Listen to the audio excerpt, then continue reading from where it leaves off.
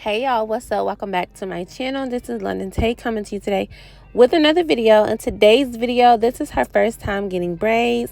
She always wear wigs and frontal installs, okay? And with the frontal install, she stated that she was real in a rush, you know what I'm saying, to take her frontal off. So it did pull out some of her edges. So I'm going to give you guys a tutorial on how to do knotless braids on thinner edges. They're not bald, the edges are not bald, they're just a little thinner. So if you guys are interested in seeing how I do this tutorial, then go ahead and continue watching. And guys, I don't want to hear any negative comments like, oh, you shouldn't get braids if your hair is thin, you should let it grow back, Client, let people just get what they want to get, okay? The hair will grow back. It's going to be okay. I don't braid tight. These are knotless. It's okay. It's not a lot of hair on one little strand.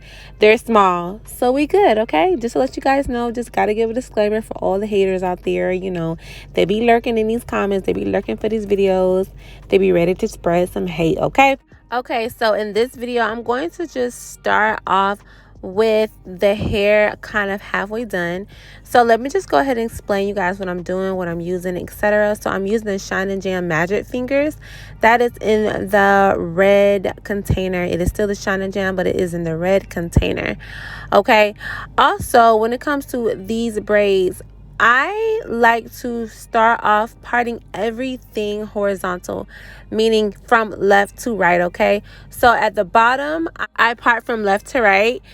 Usually, whenever you get to, from the nape of the neck, from where the back of the hair starts, all the way up to the bottom of the ear, for those many rows, I have 3 rows, okay? 3 rows from ear to the nape of the neck, and then so far I have 2 more rows above that, and that reaches the eyebrows. So far I have 5 rows that I've already done, and that is how I part from ear to ear at that moment. Once I do those 5 rows for these small box braids, and then I'm going to start to part differently. So I have that section of hair at the top like that, and yeah, so that section at the top, as you see, that's already kind of in that bun, that is a section that I'm going to part in the middle of her forehead and have a middle part. That is how I section out all of my hair. So right here, I'm just still continuing 1 more row from ear to ear, okay? So like I stated, I had 5 rows beneath that. Right here is my 6th row, okay? So I ended up doing 6 rows in total when it came to this style. Not in total, but in total for the ear to ear rows, okay? So yeah, so once I do those rows, then after that, I'm going to split. Like I said, I'm going to split her down the middle, and I like to just part above her nose. Wherever the center of her nose is, that is where I like to line up, and that's exactly where the center of her forehead is. So I'll part from ear to ear, and then I do the left side of the middle part, and I'll do the right side of the middle part, and that is how I do the braids. All right.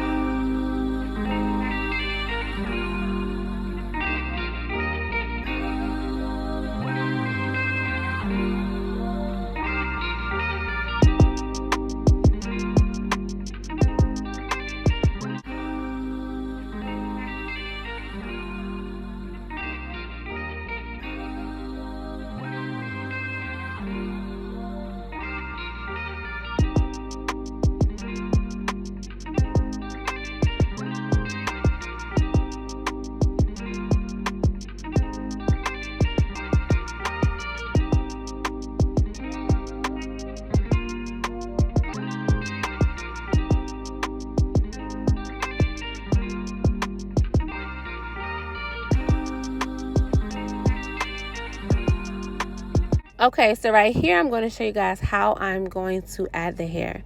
So I am parting out the section I want. I'm applying this shine and jam on the roots and smoothing it out. It's very important to apply it and then smooth it. So once I do that, I'm going to start to braid. So I'm just going to start the braid off like I would do a normal plait. Just split it in 3 sections. Start one little row and then pull the hair tightly to grip it good, and then I'm going to pull one strand of hair inside of it. I'm going to put that under my finger, and I'm going to use my other finger to kind of lay the hair in place as I'm braiding. Okay, so as when I'm starting off the knotless braids, I like to split. You see, I just split the braid and braiding hair in half. So I like to braid one side at a time. To me, that gives it the most seamless look, the most flawless look when it comes to starting off. Okay, I don't do that the whole time, but for the most part it's easy for me because it gives it a seamless look. Okay, and it helps you not have to be so particular with the exact size of the braiding hair. Okay, so yeah, and then I'll just keep on doing that until I'm done adding hair and I'm getting the length that I want and the thickness that I want. When I get the length that I want and the thickness that I want, which is basically comparing it to another braid beside it, I stop adding hair and then I just continue braiding down. Very, very simple. In order to tuck the hair, you're going to put that shine jam on the hair on the ends as well. Comb that through and then just keep braiding. Okay, that is also very important. Applying that product is going to keep that your client's natural hair tucked away inside of the braid.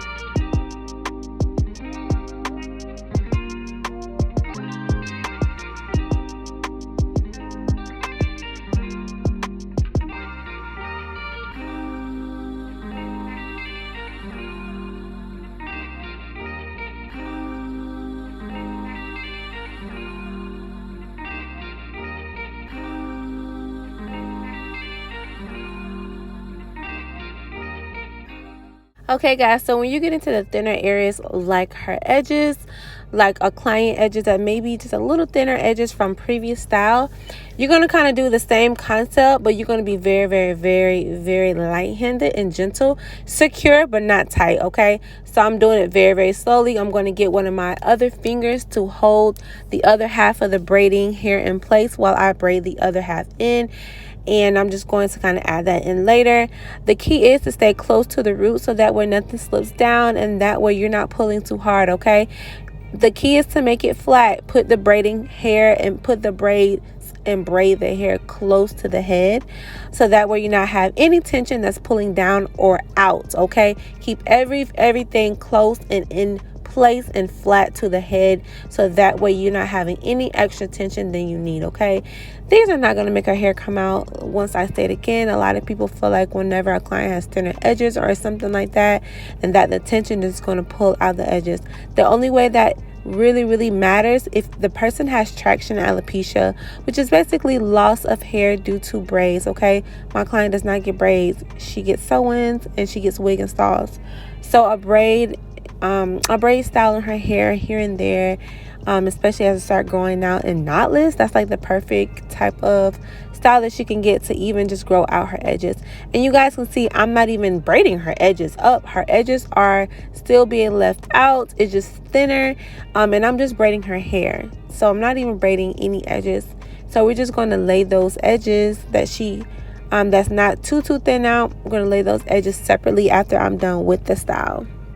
Okay, so I did 6 rows from ear to ear. Now I'm about to do the rows more so vertical, and I'm just going to start off with the back of the hair at the top of that bun area that I was stating. I'm going to do a horizontal row right there, and then after that I'm just going to part the hair down the middle and do the rest of the braids that way, coming from the middle of the hair. So this is just that little back row. It's going to be like 3 braids in the back of that row, and that's just going to kind of lay on top of the back braids, the rows that I did previously, just to kind of fill in some gappy areas, maybe some sparse areas, to make it a little bit more fuller, okay?